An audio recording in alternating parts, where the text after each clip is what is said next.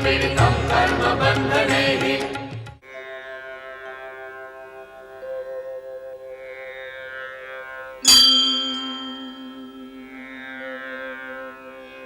हर हर महादेव, जय शिव शंकर, जय शिव शंकर।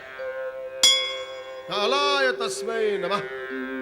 महाकालेश्वर भगवान भोलेनाथ की जय। गुरुदेव, भगवान भोलेनाथ को महाकालेश्वर क्यों कहते हैं? भगवान शिव के 12 ज्योतिर्लिंगों में महाकालेश्वर ज्योतिर्लिंग की भी एक कथा है। उज्जैनी नगरी में भगवान शिव महाकालेश्वर ज्योतिर्लिंग के रूप में विराजमान है। भगवान शिव संहार के देवता हैं। वे काल के भी काल हैं, इसलिए महाकाल कहलाते हैं। उज्जैनी नगरी में 2 परम शिवभक्त थे। एक थे धर्मात्मा ब्राह्मण वेद प्रिय और दूसरा था गोप बालक श्रीकर। वेद प्रिय अपने 4 पुत्रों के साथ सदा शिव भक्ति में लीन रहा करते थे। एक दिन अबोध बालक श्रीकर वेद प्रिय की भक्ति से प्रेरित होकर मन ही मन शिव भक्ति में समर्पित हो गया। श्रीकर की यह निष्ठापूर्ण भक्ति से प्रसन्न होकर भगवान शिव शंकर ने श्रीकर का रूप धारण करके उसके माता पिता की सेवा की। अपने इन्हीं भक्तों का संकट दूर करने के लिए भगवान श्री शिव शंकर ने महाकाल का रूप धारण किया। एक समय की बात है, दूषण राक्षस ने काल विजेता बनने के लिए घोर तपस्या आरंभ की। ओम ब्रह्मदेवाय नमः। ओम ब्रह्मदेवाय नमः। ओम ब्रह्मदेवाय नमः। ओम ब्रह्मदेवाय नमः। आंखें खोलो असुरराज, हम तुम्हारी तपस्या से प्रसन्न हैं। ब्रह्मदेव, वर मांगो असुरराज। मुझे अमर कर दीजिए प्रभु। असुरराज, जन्म के समय ही मृत्यु की तिथि निश्चित हो जाती है, उसे बदलना मेरे बस में नहीं है। तात्पर्य, आप मुझे इच्छित वर नहीं देंगे? अवश्य दूंगा। तुम्हें भी एक वचन देना होगा। क्या? शिव भक्तों पर तुम कभी अत्याचार नहीं करोगे। मैं वचन देता हूं। मैं भी तुम्हें वरदान देता हूं, देवता दानव मानव तुम्हें नहीं मार सकेंगे। आज से तुम काल विजेता हो, परंतु ध्यान रहे, शिव भक्तों पर अत्याचार करोगे तो तुम्हारा विनाश निश्चित है।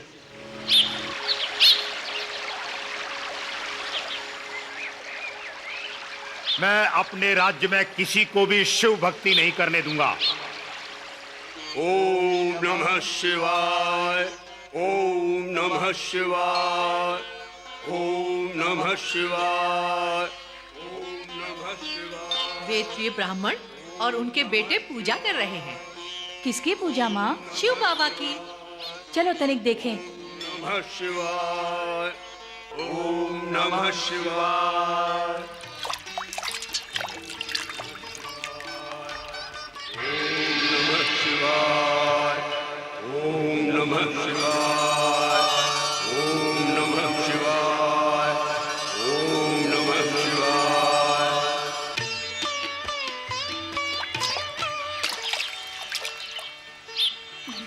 ओम नमः शिवाय। मिल गए, मिल गए। मुझे मेरे शिव बाबा मिल गए।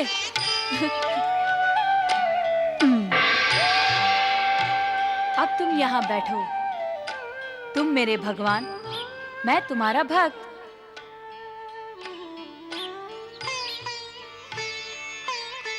अब मैं तुम्हारी जी भर के पूजा करूंगा। ओम नमः शिवाय। ओम नमः शिवाय। ओम नमः शिवाय। ओम नमः शिवाय। ओम नमः शिवाय।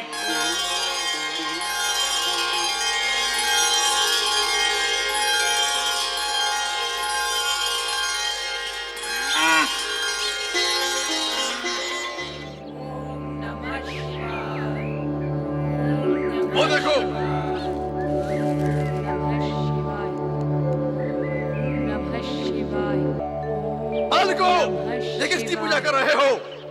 सुनाई नहीं देता? तुम लोग क्या ऊंचा सुनते हो? ओम नमः शिवाय। ये मंत्र जपने की राजाज्ञा नहीं है। नमः शिवाय। बोलो भगवान तुषुराय नमः। भगवान दुष्णाय नमः। ये कौन से नए भगवान हो गए?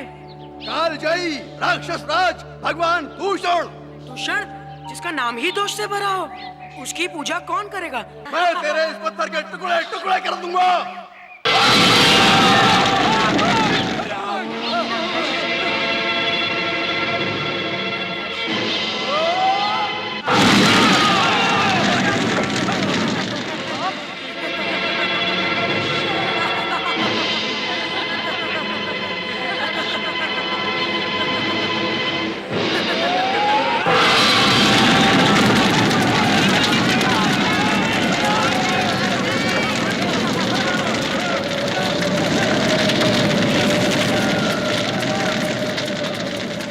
पुजारी जी, पुजारी जी। कहो गोपाल, क्या हुआ? चमत्कार हो गया महाराज, चमत्कार हो गया। क्या चमत्कार हो गया, ये तो बताओ। महाराज, राक्षस दूषण के सैनिक गोपा ग्वालिन के बेटे श्रीकर को मारने गए। वहाँ चमत्कार हुआ महाराज। शिव जी के पत्थर से आग निकली और सबको जलाने लगी। ओम नमः शिवाय। गोपा ग्वालन का बेटा श्रीकर, धन्य हो श्रीकर, धन्य हो।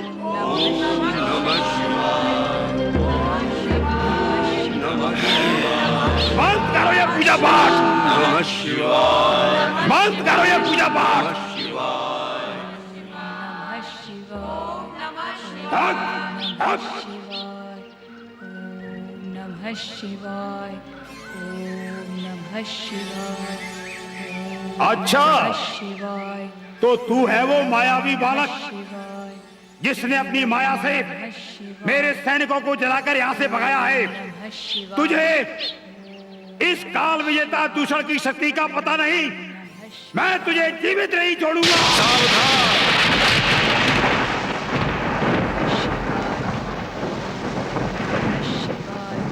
ओम नमः शिवाय। सावधान दुष्ट दूषण, सावधान। नमः शिवाय। अपने आप को काल विजेता समझने वाले मोर, नमः शिवाय। तुझे ज्ञात नहीं कि तूने कितनी बड़ी भूल की है। नमः शिवाय।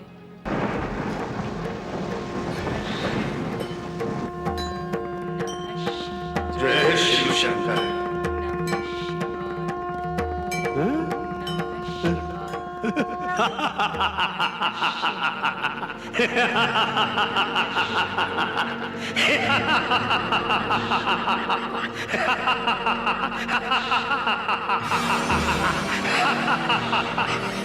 भगवान शिव शंकर, आप मुझे नहीं मार सकते। मुझे ब्रह्मदेव का वरदान है, मुझे कोई नहीं मार सकता। आप मुझे क्या मारेंगे? मुझे काल भी नहीं मार सकता। तुझे काल नहीं मार सकता, किंतु मैं तेरे लिए महाकाल हूं, महाकाल।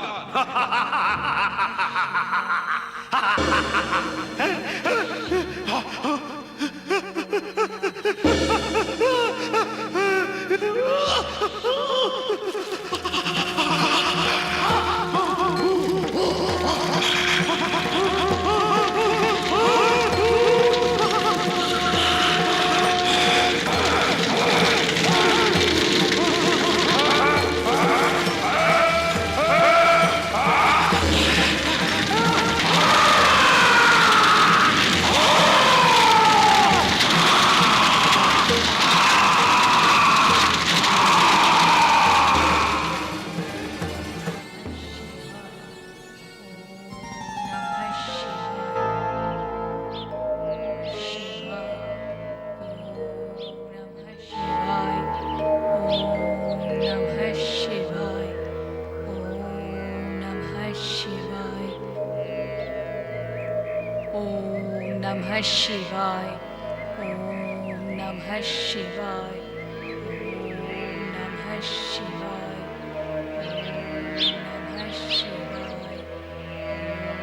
नमः शिवाय।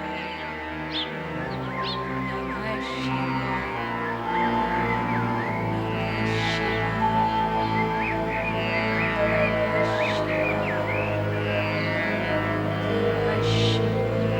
महाकाल भगवान भोलेनाथ की जय, भोलेनाथ की जय। प्रभु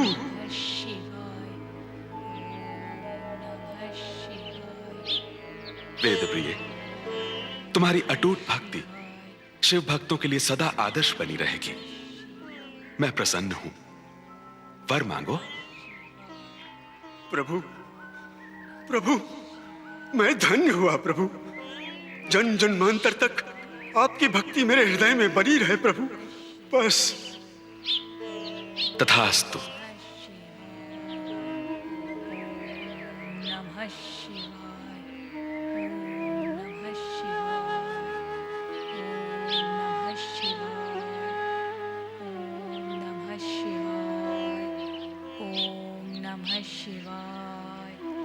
बालक श्रीकर, मैं तुम्हारी भक्ति से प्रसन्न हूं। आंखें खोलो।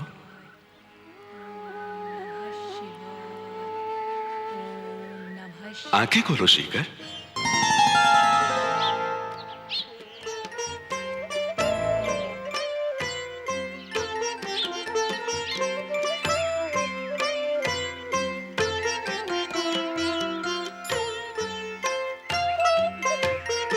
श्रीकर, गोप जाति में तुम्हारा नाम सदैव अग्रगण्य रहेगा। बालक श्रीकर की भक्ति और कृति को अमर करने के लिए मैं उज्जैन के इस शिवलिंग में सदा सदा के लिए विराजमान रहूंगा। इस महाकालेश्वर ज्योतिर्लिंग पर शव भस्म चढ़ाकर पूजा करने वाले की हर मनोकामना पूर्ण होगी। जगपालक महाकाल प्रभु,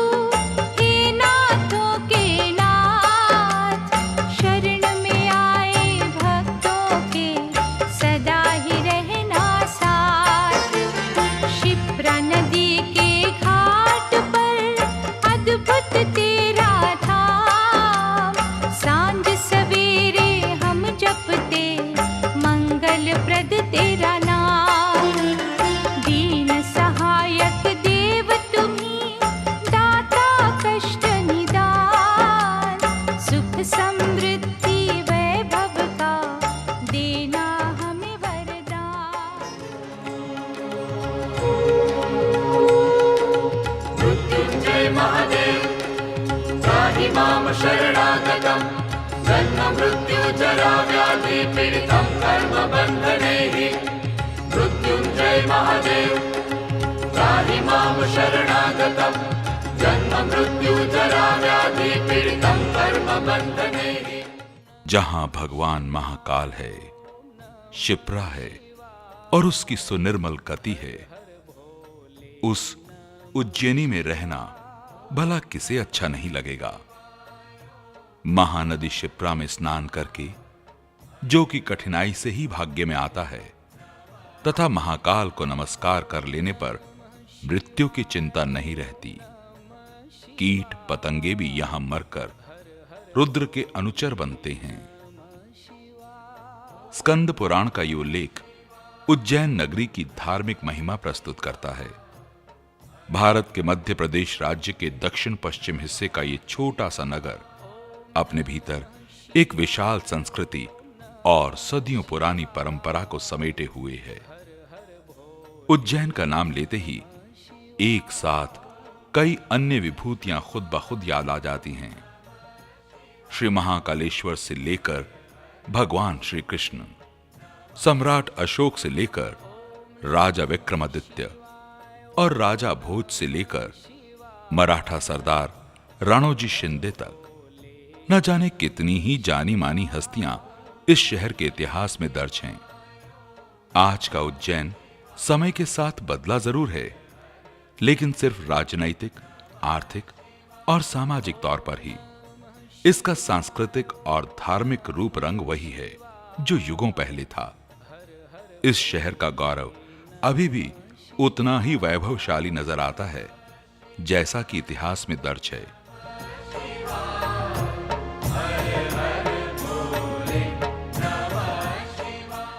उज्जैन का इतिहास बहुत पीछे से शुरू होता है। यह आदि नगरी न जाने कब से अस्तित्व में है। पुराणों में झांकें तो यहां उस काल में महाकालेश्वर निवास करते थे। वराह पुराण में कहा गया है, नाभिदेशुम महाकालिस्त नामना तत्र वहर। इस श्लोक में उज्जैन का परिचय नाभि देश के रूप में दिया गया है, क्योंकि उज्जैन को नाभि प्रदेश या नाभि देश भी कहा गया है। इसका कारण भारतीय ज्योतिष शास्त्र के अनुसार पृथ्वी की शून्य रेखा उज्जैन से ही आरंभ मानी जाती है। दूसरे अर्थों में उज्जैन पृथ्वी की नाभि है। ओम नमः शिवाय, ओम नमः शिवाय, हर हर भोले नमः शिवाय। वामन पुराण के अनुसार भक्त प्रहलाद ने क्षिप्रा नदी में स्नान करके श्री महाकालेश्वर के दर्शन किए थे। उज्जैन के अनेक नाम हैं, जैसे उज्जैनी, अवंतिका, कनकशृंगा, कुशस्थली, पद्मावती, कुमुदवती, अमरावती, विशाला वगैरह। उज्जैन के वैभव की कहानी की तलाश में इतिहास और गुजरे जमाने की अनेक परतों को हटाना होगा। महाकालेश्वर यदि उज्जैन का तन है तो क्षिप्रा मन। इन दोनों के बिना उज्जैन की कल्पना भी नहीं की जा सकती। कहा जाता है कि यह नदी भगवान विष्णु के तन से उत्पन्न हुई थी। उस कथा के मुताबिक एक बार भगवान श्री महाकालेश्वर भिक्षा के लिए बाहर निकले, परंतु जब कहीं भी भिक्षा नहीं मिली तब उन्होंने भगवान विष्णु से भिक्षा मांगी। लेकिन विष्णु जी ने भिक्षा देने की बजाय अपनी तर्जनी उंगली श्री महाकालेश्वर को दिखाई। श्री महाकालेश्वर क्रोधित हो गए और अपने त्रिशूल से विष्णु जी की तर्जनी उंगली काट डाली। जब खून बहने लगा तब महाकालेश्वर अपने भिक्षा पात्र में उसे भरने लगे, लेकिन रक्त का बहना नहीं रुका और वो भिक्षा पात्र से बाहर छलकने लगा। तभी से वो खून की धार नदी बन गई और क्षिप्रा कहलाई। उज्जैन नगर क्षिप्रा के पूर्वी भाग पर बसा हुआ है।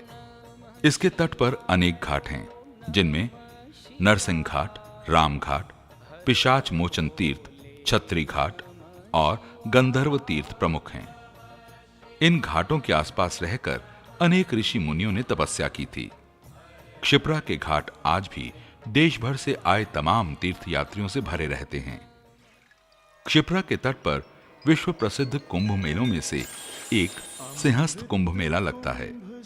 ऐसा सुयोग प्रत्येक 12 वर्ष में तब आता है जब बृहस्पति सिंह राशि में, सूर्य मेष में और चंद्रमा तुला राशि में होते हैं। ऐसी महत्वपूर्ण खगोलीय घटना के दौरान उज्जैन में कुंभ मेला लगता है, जिसमें अनगिनत साधु महात्मा और साधारण जन क्षिप्रा के पवित्र जल में स्नान करते हैं। इस सिंहस्थ कुंभ के 6 साल बाद अर्ध कुंभ मेला आयोजित होता है। ऐसे मेले यानी कुंभ मेले उज्जैन के अलावा हरिद्वार, नासिक और प्रयाग में भी आयोजित होते हैं। कर लो महाकुंभ का स्नान, करें जीवन को अमर भगवान। कर लो महाकुंभ का स्नान, करें जीवन को अमर भगवान। अमृत जल से धो लो तन मन, होगा बड़ा कल्याण। कर लो महाकुंभ का स्नान, करें जीवन को अमर भगवान। कर लो महाकुंभ का स्नान, करें जीवन को अमर भगवान।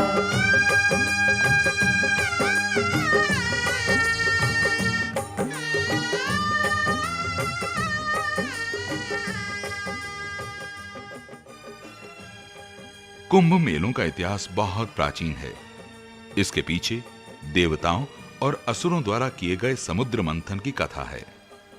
पुराणों के अनुसार जब देवताओं और असुरों ने मिलकर समुद्र मंथन किया तो कई अन्य वस्तुओं के साथ अमृत भी प्राप्त हुआ था। यह अमृत एक कलश में था। देवताओं ने अमृत पर अपना अधिकार समझा और इसे असुरों को देने से इनकार कर दिया। देवराज इंद्र के पुत्र जयंत अमृत कलश को लेकर वहां से भाग निकले। ये देख असुरों ने उनका पीछा किया।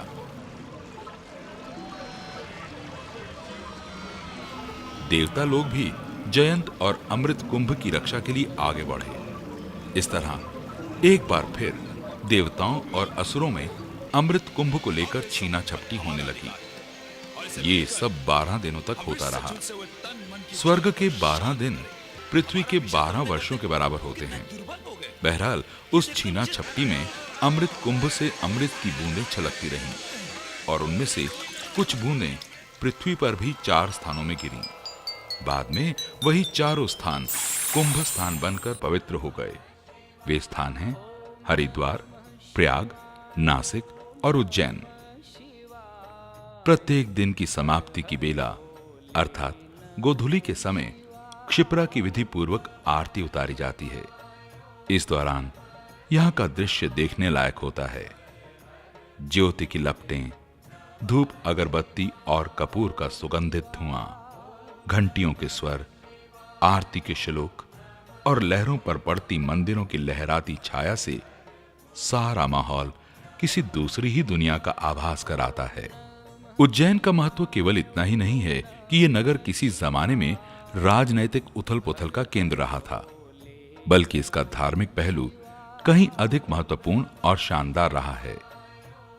जरा गौर करें, 12 ज्योतिर्लिंगों में से एक महाकाल लिंग उज्जैन में ही विराजते हैं। ओम नमः शिवाय, ओम नमः शिवाय, हर हर भोले नमः शिवाय। 51 शक्ति पीठों में से एक हर सिद्धि देवी यहीं उज्जैन में बसती हैं। स्वर्ग भी वही है तू जहां।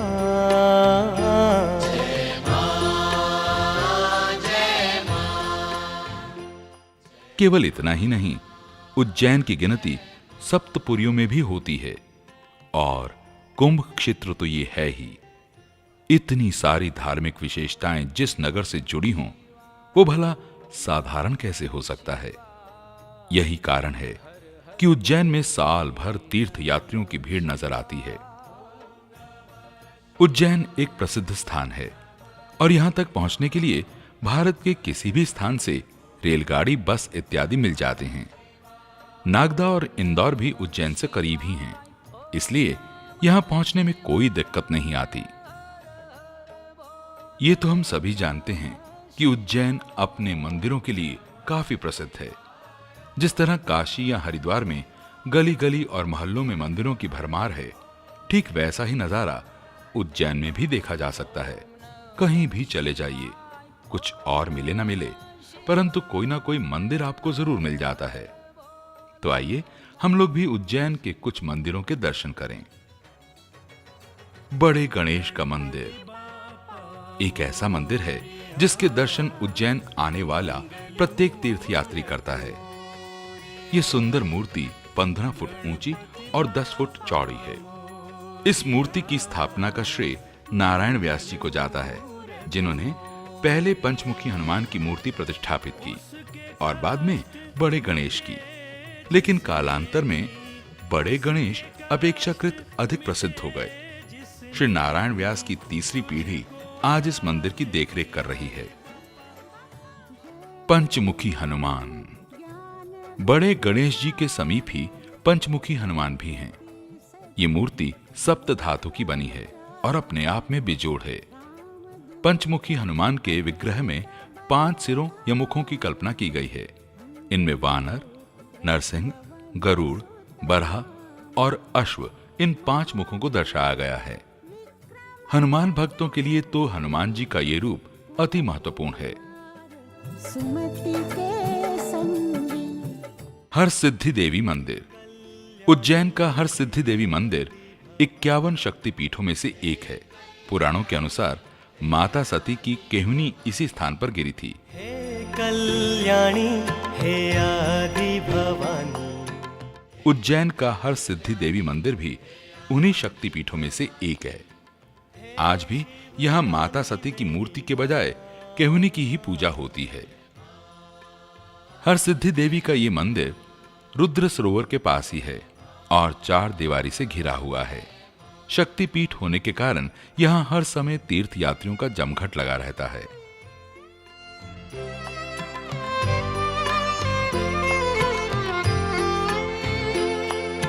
भक्तों का सहारा है धाम तुम्हारा।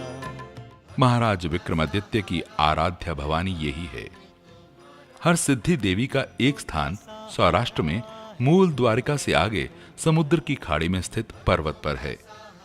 ऐसी किंवदंती है कि महाराज विक्रमादित्य ने वहां घनघोर तपस्या की और 11 बार अपना मस्तक काटकर देवी को अर्पित किया, किंतु हर बार देवी जी ने पुनः उनका सर उन्हें लौटा दिया। अंततः देवी माता उन पर प्रसन्न हुई और वरदान मांगने को कहा। तब महाराज ने देवी जी से उज्जैन चलने और वहीं रहने का वरदान मांगा। तभी से कहा जाता है कि हरसिद्धि देवी यहीं विराजती हैं। हालांकि दोनों ही स्थानों में देवी की मूर्तियां एक जैसी हैं। उज्जैन के इस हरसिद्धि देवी मंदिर में मुख्य पीठ पर श्री यंत्र है और पीछे की तरफ अन्नपूर्णा की प्रतिमा है। अवंतिका का शक्तिपीठ हरसिद्धि देवी का ये मंदिर भारत तथा विश्व के तमाम हिंदू श्रद्धालुओं के लिए परम पूज्य है।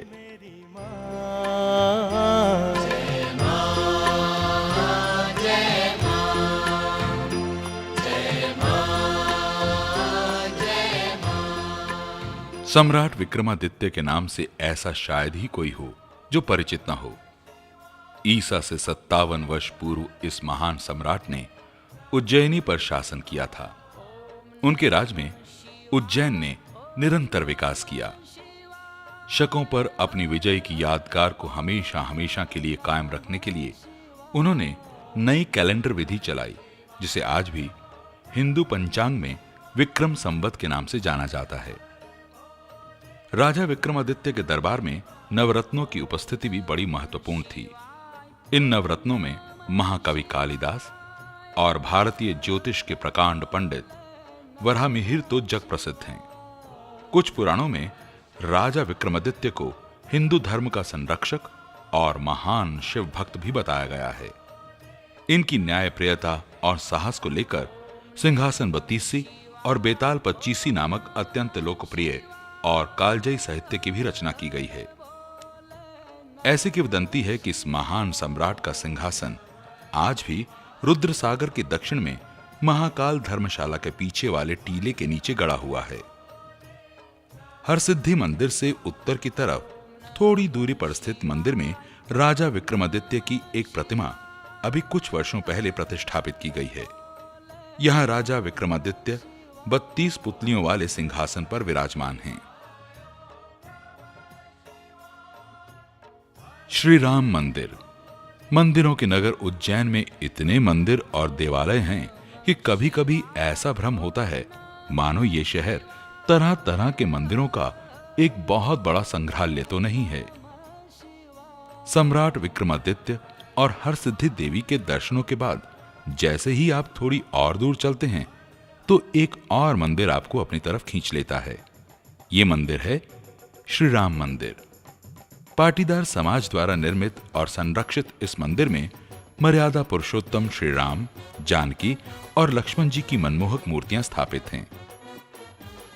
श्री हनुमान भी यहां उपस्थित हैं।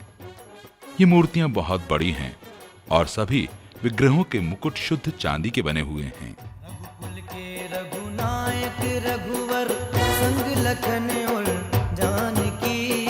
रघुकुल के रघुनायक रघुवर संग लखन और जानकी। एक बार सब मिलकर बोलो, एक बार सब मिलकर बोलो, जय जय जय सिया राम की। रघुकुल के रघुनायक रघुवर संग लखन और जानकी। एक बार सब मिलकर बोलो, एक बार सब मिलकर बोलो, जय जय जय सिया राम की।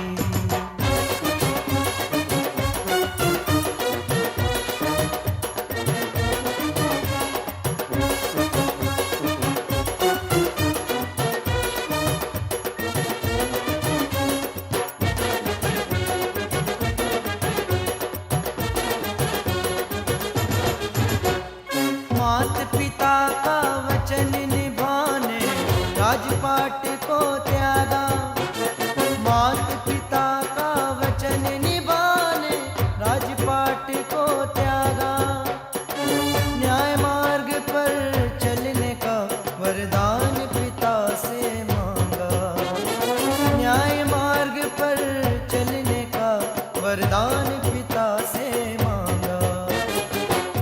उठा कर रक्षा की थी मात पिता के मान की।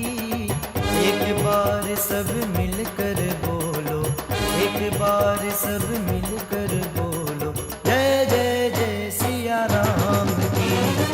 रघुकुल के मंदिर की अपनी एक धर्मशाला भी है जिसमें 40 कमरे हैं और बेहद मामूली शुल्क देकर तीर्थयात्री यहाँ ठहर सकते हैं। जय जय जय सिया राम की। उज्जैन में एक मंदिर ऐसा भी है जिसमें हमारे देश के सभी चारों धामों की मूर्तियों के हूबहू प्रतिरूपों के दर्शन किए जा सकते हैं। ये मंदिर है श्री चार धाम मंदिर। कर लो चारों धाम मिलेंगे, कृष्ण मिलेंगे राम। हर सिद्धि देवी मंदिर की दक्षिण दिशा में कुछ ही फासले पर यह अद्भुत मंदिर स्थापित है। स्वामी शांति स्वरूपानंद जी तथा युग पुरुष परमानंद जी महाराज के प्रयत्नों से इस मंदिर की स्थापना अखंड आश्रम में हुई।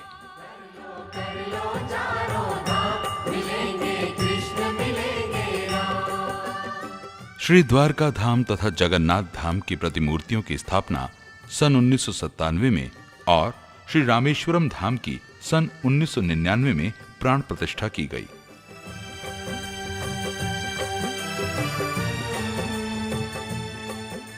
चौथे धाम श्री बद्री विशाल की प्राण प्रतिष्ठा अभी 2001 में संपन्न हुई।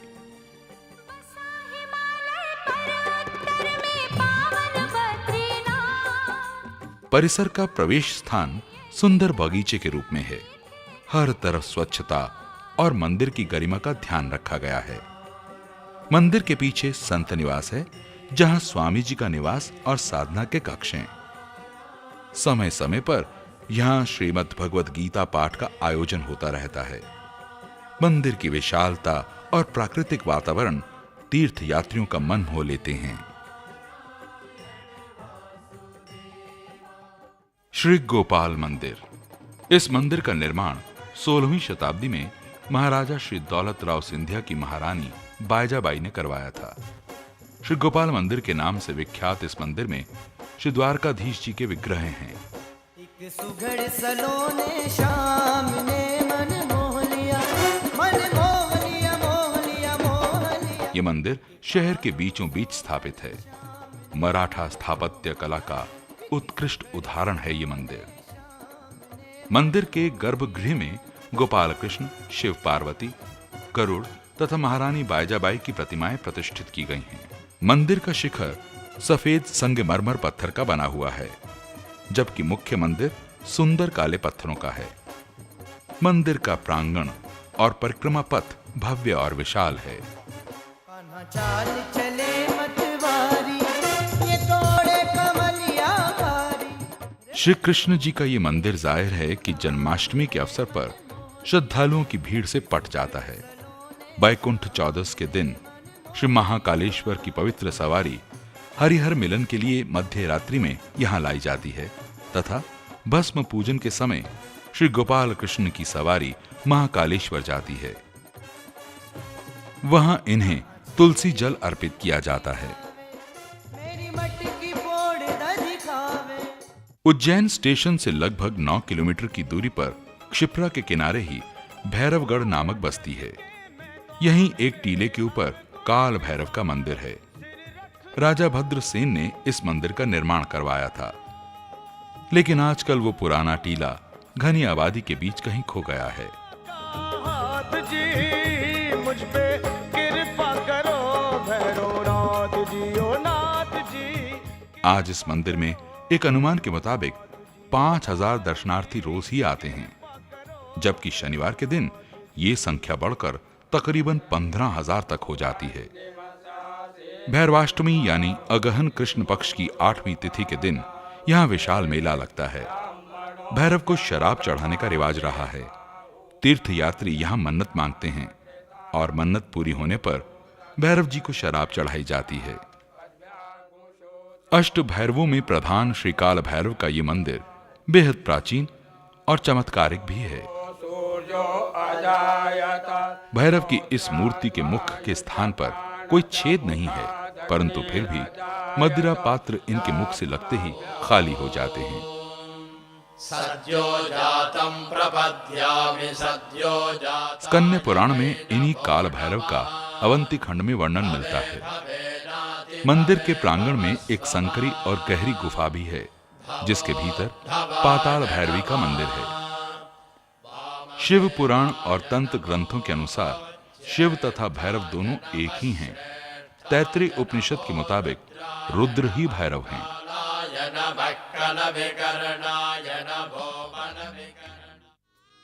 श्री मंगलनाथ मंदिर।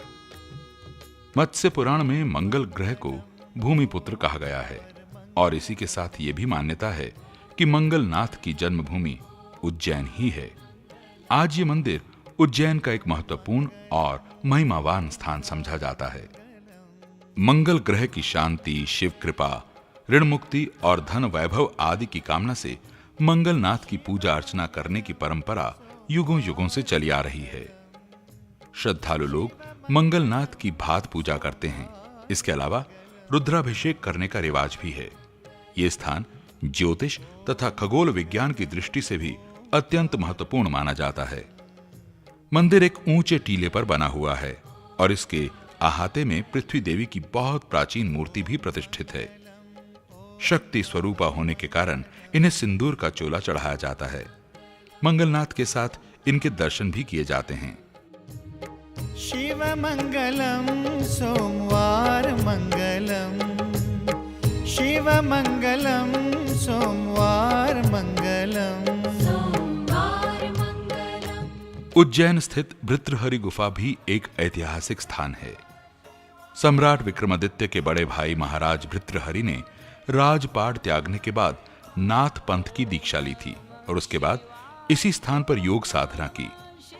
तब यह स्थान निर्जन हुआ करता था और इस गुफा के भीतर से एक सुरंगनुमा रास्ता चारों धाम की तरफ जाता था। हालांकि आजकल ये सुरंग बंद है, परंतु श्रद्धालु लोग जिज्ञासावश आज भी इसका मार्ग खोजने की चेष्टा करते हैं। इस ऐतिहासिक गुफा की देखरेख नाथपंथी साधु किया करते हैं। क्षिप्रा के सुरमय तट पर स्थित यह प्राचीन गुफा बौद्धकालीन व परमारकालीन स्थापत्य की रचना का भी एक बेहतरीन नमूना है। एक नजर देखने पर यह किसी प्राचीन देवालय का खंडहर मालूम होता है। गुफा के भीतर का रास्ता संकरा और अंधकारमय है। शिवाय ओम नमः शिवाय, हर हर भोले नमः शिवाय। इस गुफा से कुछ ही दूरी पर नाथ पंथ के प्रमुख आचार्य मत्स्येंद्र नाथ की समाधि है, जो कि पीर मच्छंदर नाथ के नाम से भी जाने जाते हैं। ओम नमः शिवाय, हर हर भोले नमः शिवाय। तीर्थस्थली उज्जैन का कोना कोना धार्मिक और सांस्कृतिक छटा से लबालब है। एक सिरे से शुरू कीजिए और बस एक के बाद एक धार्मिक स्थलों के दर्शन करते जाइए। तो आइए हम लोग भी कुछ और आगे बढ़ें और देखें कि अगला पुण्य स्थल कौन सा है। ये सिद्धवट है, उज्जैन स्थित विशाल और प्राचीन वट वृक्ष। कहा जाता है कि यह माता पार्वती के हाथों से लगाया गया था और इसी की छाया में उन्होंने अपने पुत्र कार्तिकेय को भोजन भी कराया था। उज्जैन के इस वट वृक्ष का वही महत्व है जो कि गया के बोधि वृक्ष तथा प्रयाग के अक्षयवट का है। स्कंद पुराण के अवंती खंड में उल्लेख मिलता है कि देवाधिदेव महादेव शंकर के पुत्र कार्तिकेय ने तारकासुर का वध करने के बाद अपनी शक्ति यहां क्षिप्रा में फेंक दी थी, जो पाताल चली गई। इसलिए इसे शक्ति भेद तार्थ भी कहा जाता है। इसके बाद भगवान शिव ने इस वट वृक्ष को आशीर्वाद दिया कि तुम संसार में कल्प वृक्ष के रूप में जाने जाओगे। सम्राट विक्रमादित्य ने इसी स्थान पर तपस्या करके अगिया बेताल को सिद्ध किया था। नमः शिवाय, हर हर भोले। श्राद्ध कर्म के लिए भी इस तीर्थ का महत्व माना गया है। स्कंद पुराण में ही इसे प्रेतशिला तीर्थ कहा गया है।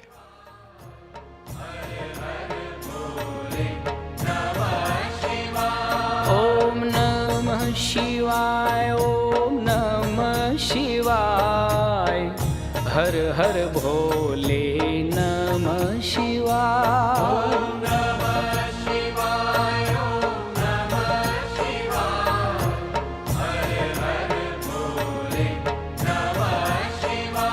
ओम नमः शिवाय, ओम नमः शिवाय, हर हर भोले नमः शिवाय। मुगल शासकों ने इस वृक्ष को कटवाकर लोहे के तवे यहां मढ़ दिए थे ताकि भविष्य में फिर कभी भी ये पेड़ पनपने ना पाए। परंतु ये वृक्ष लोहे के तवों को भेद कर पनप उठा और धीरे धीरे जड़ें जमाकर हरा भरा हो गया। मनोकामना सिद्धि के लिए वृक्ष के तने पर कलावा या धागा बांधने का रिवाज है। पुत्र प्राप्ति की मनोकामना हेतु भी लोग यहां मन्नत मांगते हैं।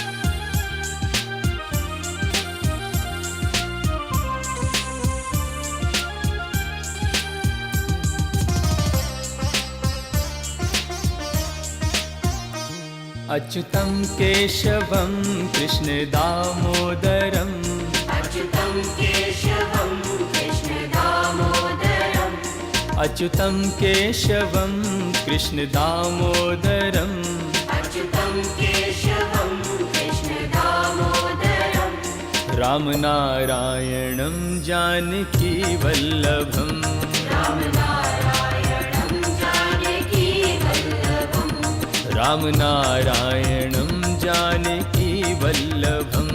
राम नारायणं जानकी वल्लभम्। ये है गढ़कालिका देवी, महाकवि कालिदास की आराध्य देवी, ऐतिहासिक और अनन्य। इन्हीं की असीम कृपा थी जिसकी वजह से एक साधारण और गुमनाम सा एक व्यक्ति कालिदास के नाम से साहित्य की दुनिया में अजर अमर हो गया। ये देवी कालिदास के मन में बसती थी। वर्तमान में यह स्थान तांत्रिक सिद्धि का स्थान भी है। त्रिपुरा महात्म्य के अनुसार देश के 12 शक्तिपीठों में से ये छठा है। यह मंदिर आज जिस स्थान पर है, कभी इसी स्थान पर पुरानी अवंतिका बसी थी। गढ़ की देवी होने की वजह से इसका नाम गढ़कालिका देवी पड़ा। उज्जैन रेलवे स्टेशन से तकरीबन 4 किलोमीटर दूर स्थित इस ऐतिहासिक और प्राचीन महत्व के मंदिर के आसपास के स्थानों की खुदाई में शुंग काल, ईसा पूर्व प्रथम शताब्दी, गुप्त काल चौथी शताब्दी तथा परमार काल 10वीं और 12वीं शताब्दी तक के अवशेष मिले हैं, जिनमें नींव के पत्थरों से लेकर प्रतिमाएं तक शामिल हैं। मंदिर के परिसर में दीप स्तंभ भी है। यहाँ दीप जलाकर भक्त लोग मन्नत मांगते हैं। पिया खून उसका अलग ही मिटाई, तू ही शत्रुओं का मिटाती निशा हो, पुकारे जहाँ पहुँच जाती वहाँ हो, दया करके। मंदिर में कालिका जी के एक तरफ श्री महालक्ष्मी और दूसरी तरफ श्री महासरस्वती की प्रतिमाएं स्थापित हैं। यश दिलाना।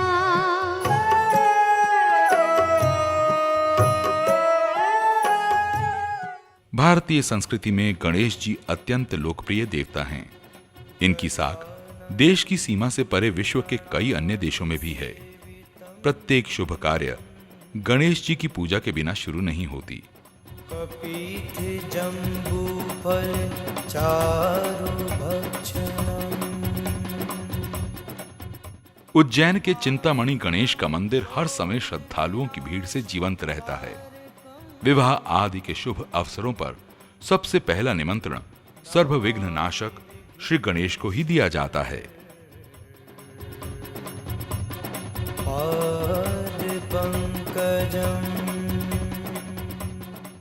रिद्धि सिद्धि सहित श्री गणेश का यह विग्रह बहुत प्राचीन है। कई प्राचीन ग्रंथों में इनका उल्लेख मिलता है।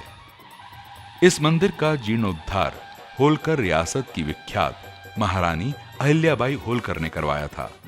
यहां श्री चिंतामणि गणेश के साथ ही इच्छापूर्ण और चिंताहरण गणेश के विग्रह भी दर्शनीय हैं। मंदिर के सामने ही एक प्राचीन बावड़ी भी है जिसे बाणगंगा के नाम से जाना जाता है।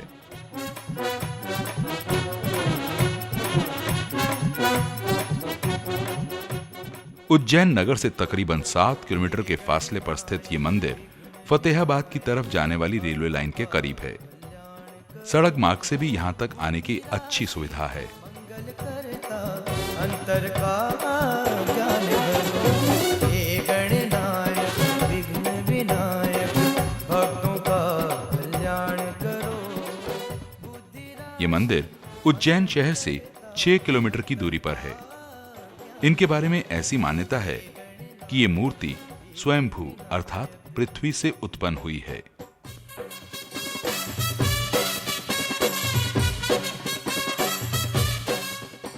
आप भक्तगण इस समय उज्जैन के नवगृह मंदिर के दर्शन कर रहे हैं। इन्हें श्री शनि मंदिर के नाम से भी जाना जाता है। ऐसी किंवदंती है कि एक दफा ज्योतिषियों ने ऐलान किया कि राजा विक्रमादित्य पर 7.5 की छाया है। सम्राट ने अपने ज्योतिषाचार्यों से 7.5 से उबरने का उपाय पूछा, तो उन लोगों ने उनसे श्री शनि का एक भव्य मंदिर बनाने का उपाय सुझाया। बस फिर क्या था, धार्मिक और संस्कारी हिंदू सम्राट महाराज विक्रमादित्य ने आनन फानन में एक ऐसे ही मंदिर के निर्माण का आदेश दे दिया और इस मंदिर का निर्माण उन्होंने खुद अपनी देखरेख और निर्देशन में पूरा करवाया। ऐसी मान्यता है कि यहाँ शनि से संबंधित हर एक समस्या का समाधान शीघ्र ही हो जाता है। यहीं पर नवग्रहों का बेहद प्राचीन मंदिर है। मंदिर में प्रत्येक ग्रहों के अलग अलग देवालयों का निर्माण किया गया है। ये सभी एक ही परिक्रमा पथ में आते हैं। नील वर्ण की छवि तुम्हारी, ग्रह मंडल का तू बलिहारी। नील वर्ण की छवि तुम्हारी, ग्रह मंडल का तू बलिहारी। तेरे चरण में शरणागत है देवलोक संसार। तू ही मेरी सुख शांति है, तू ही मेरा आधार। तू ही मेरी सुख शांति है, तू ही मेरा आधार। जय जय हे शनिराज देव तेरी जय जयकार। जय जय हे शनिराज देव तेरी जय जयकार। जय जय हे शनिराज देव तेरी जय जयकार। उज्जैन शहर से तकरीबन 6 किलोमीटर के फासले पर त्रिवेणी संगम तीर्थ है, जो कि इंदौर मार्ग पर पड़ता है। ये स्थान उज्जैन का मन क्षिप्रा के किनारे स्थित है, जहां क्षिप्रा, क्षाता और गंडकी नदियों का संगम है। इसीलिए इसे त्रिवेणी तीर्थ भी कहा जाता है। शनिचरी अमावस्या के पर्व पर यहां विशेष उत्सव का माहौल होता है। इसी तरह सोमवती अमावस्या का दिन भी इस मंदिर के लिए विशेष महत्व का होता है। शनिवार एवं रोहिणी नक्षत्र में शनिदेव का जन्म माना जाता है। इसीलिए भक्त लोग इन दोनों तिथियों एवं दिवसों में इस मंदिर में स्नान आदि करके शनि दोष को दूर करते हैं। तू ही मेरी सुख शांति है, तू ही मेरा आधार। श्री संतोषी माता का यह मंदिर अगस्तेश्वर मंदिर के नाम से भी जाना जाता है। सुहागिनें यहाँ शुक्रवार के व्रत के दौरान मन्नतें मांगने आती हैं। यह मंदिर मुख्य रूप से महिलाओं में ही अधिक लोकप्रिय है। हिंदुस्तान की सनातन संस्कृति कहां और किस रूप में नजर आ जाए, कुछ नहीं कहा जा सकता। विश्वास का कोई और छोर नहीं है। पूछो कहाँ कहाँ है संतोषी माँ, अपनी संतोषी माँ, अपनी संतोषी माँ। जल में भी, थल में भी, चल में अचल में भी, अटल विटल में भी माँ, अपनी संतोषी माँ, अपनी संतोषी माँ। यहाँ वहाँ जहाँ तहाँ मत पूछो कहाँ कहाँ है संतोषी माँ, अपनी संतोषी माँ, अपनी संतोषी माँ। श्री विष्णु मंदिर या बैकुंठ धाम मंदिर भी दर्शनीय है। यह मंदिर आकार की दृष्टि से उज्जैन के विशालतम मंदिरों में से गिना जाता है। इसके अलावा उज्जैन का यही एकमात्र मंदिर है जहां लक्ष्मी नारायण जी के विग्रह हैं। अनेक एकरूपरूपाय विष्णवे प्रभविष्णवे वैशम्पायन उवाच श्रुत्वा धर्मान् शेषेण पावनानि च सर्वशः युधिष्ठिरः शान्तनवं पुनरेवाभ्यभाषतः। युधिष्ठिर उवाच किमेकं दैवतं लोके किं वाप्येकं परायणं स्तुवन्तः कं कमर्चन्तः प्राप्नुयुर्मानवा शुभम्। को धर्मः सर्वधर्माणां भवतः परमो मतः किं जपन्मुच्यते जन्तुर्जन्म संसारबन्धना। भीष्म उवाच जगत्प्रभुं देवदेवम् अनन्तं पुरुषोत्तमं स्तुवन्नाम सहस्रेण पुरुषः सततोत्थितः। क्षिप्रा में गंधर्व तीर्थ से आगे एक पुल बना हुआ है।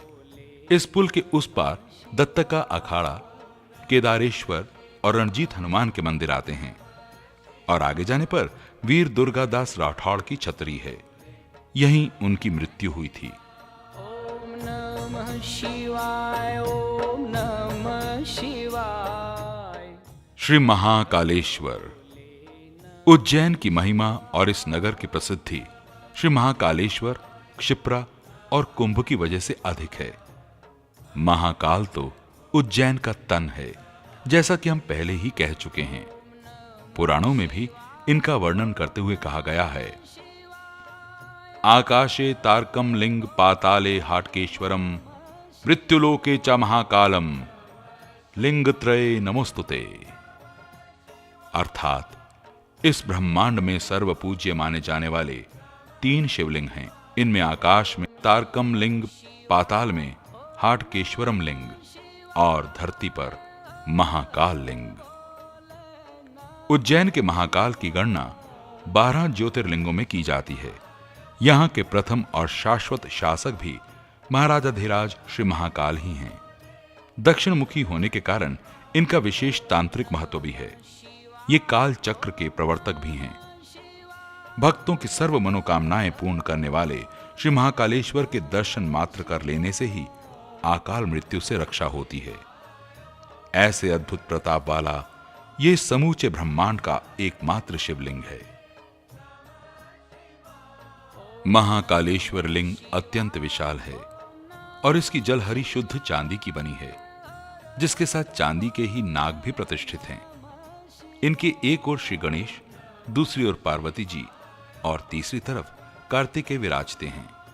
यहां 2 दीपक जलते रहते हैं, जिनमें से एक शुद्ध घी का होता है और दूसरा तेल का। गर्भगृह की आंतरिक छत पर 100 किलो चांदी से बना रुद्र यंत्र भी प्रतिष्ठित है। द्वार के सामने श्री नंदीश्वर की प्रतिमा भी है।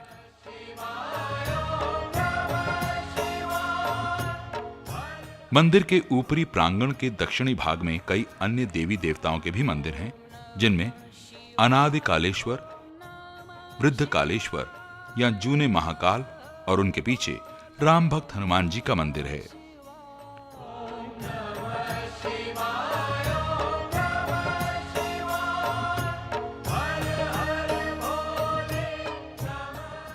महाकालेश्वर मंदिर के पास नीचे की तरफ एक सभा मंडप है और उसके भी नीचे कोटि तीर्थ नामक पवित्र सरोवर भी है। सरोवर के आसपास अनेक छोटी छोटी शिव छत्रियां भी हैं और पास ही देवास राज्य की धर्मशाला भी है।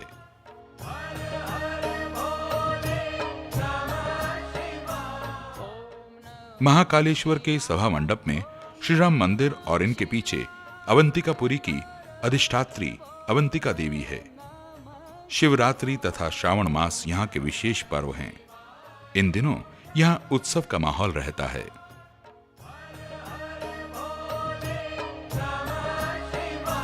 ओम नमः शिवाय, ओम नमः शिवाय। हर हर भोले नमः शिवाय। श्री महाकाल की पूजा अर्चना निश्चित समय पर और पूरे विधि विधान से संपन्न की जाती है।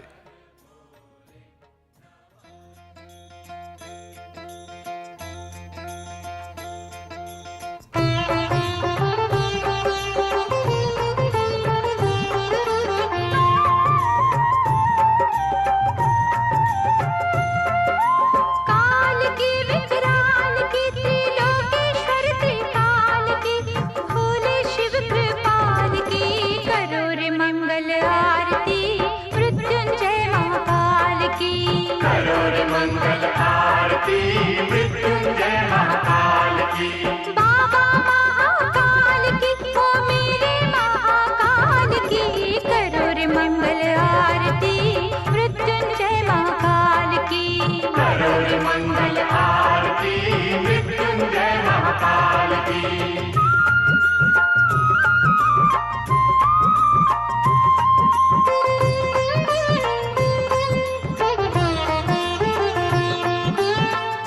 पुष्प बागंबर धारे नंदी तेरी सवारी, पीत पुष्प बागंबर धारी नंदी तेरी सवारी, त्रिपुंड धारे है त्रिपुरारी भोले भव भयहारी, त्रिपुंड धारी है त्रिपुरारी भोले भव भयहारी, शंभु दीन दयाल की, तीन लोक दिगपाल की, कैलाशी शशिभाल की, करो रे मंगल आरती मृत्युंजय महाकाल की, करो रे मंगल आरती मृत्युंजय महाकाल की।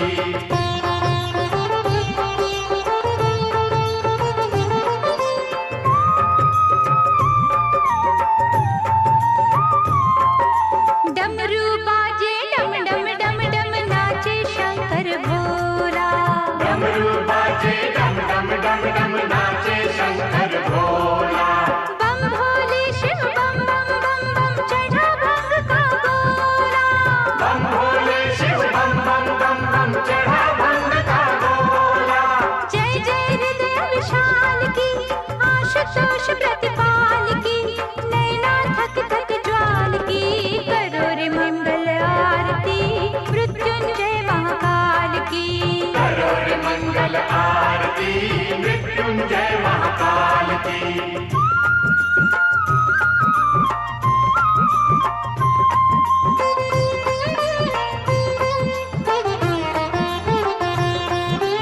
आरत हारी पालन हारी तू है मंगलकारी, तारकहारी पालनहारी तू है मंगलकारी, मंगल आरती कर नर नारी पाए पदारथ चारी, मंगल आरती कर नर नारी पाए पदारथ चारी, काल रूप महाकाल की, कृपा सिंधु महाकाल की, उज्जैनी महाकाल की, करो रे मंगल आरती मृत्युंजय महाकाल की, करो रे मंगल आरती मृत्युंजय महाकाल की।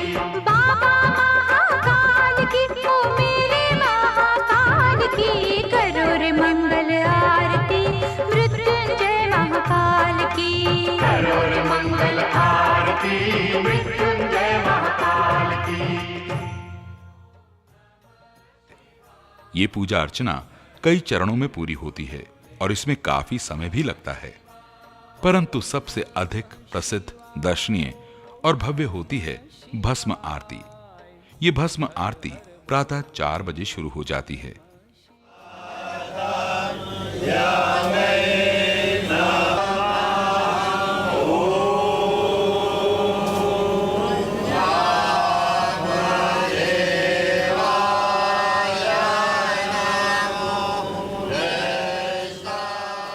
किसी समय इस आरती में इस्तेमाल की जाने वाली भस्म शमशान की बुझी हुई चिताओं से इकट्ठा की जाती थी, लेकिन आजकल इसके लिए लकड़ी और गाय के गोबर के उपलों से प्रज्वलित धूनी से उत्पन्न राख का इस्तेमाल किया जाता है।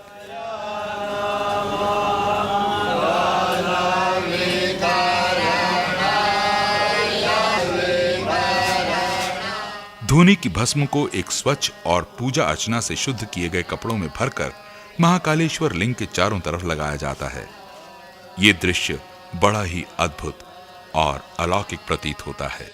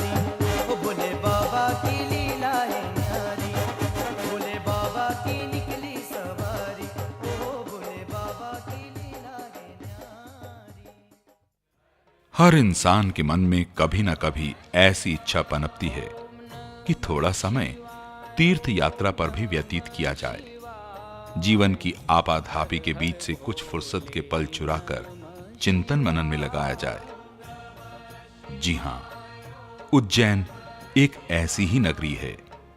यदि आप एक बार भी उज्जैन की यात्रा कर लें तो महाकालेश्वर से यही प्रार्थना करेंगे कि इस पावन भूमि की यात्रा का सौभाग्य बार बार मिलता रहे। हर हर भोले नमः शिवाय।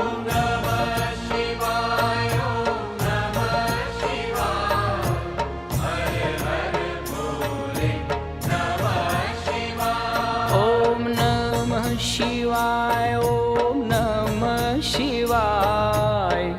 हर हर भोले नमः शिवाय।